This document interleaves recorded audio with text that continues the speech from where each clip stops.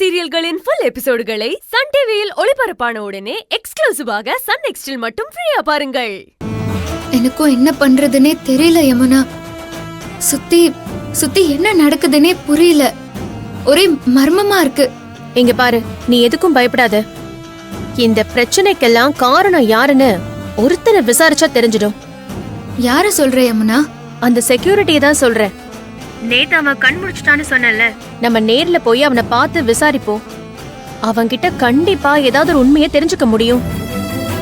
இந்த பிரச்சனைக்கும் ஒரு முடிவு கிடைக்கும். நீ சொல்றது கரெக்ட் தான் யமுனா. அவனை நாம விசாரிச்சா இந்த சதிக்கெல்லாம் பின்னாடி இருக்கிற அந்த கொலைகாரன் யாருன்னு தெரிஞ்சிரும்.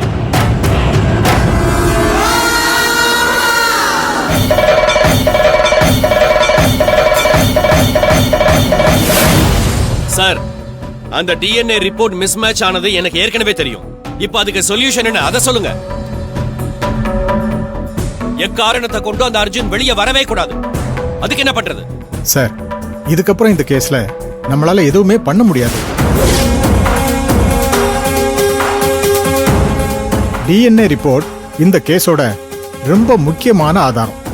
அதை சப்மிட் பண்ணிட்டாங்கன்னா தீர்ப்பு கண்டிப்பா அவங்க பக்கம் தான் வரும்.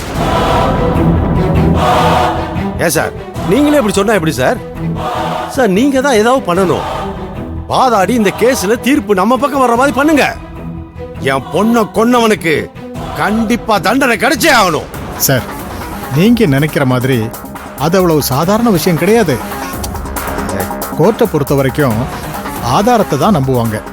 வக்கீலுங்கிறதுனால நான் சொல்றதையெல்லாம் நம்பி தீர்ப்பு கொடுக்க மாட்டாங்க.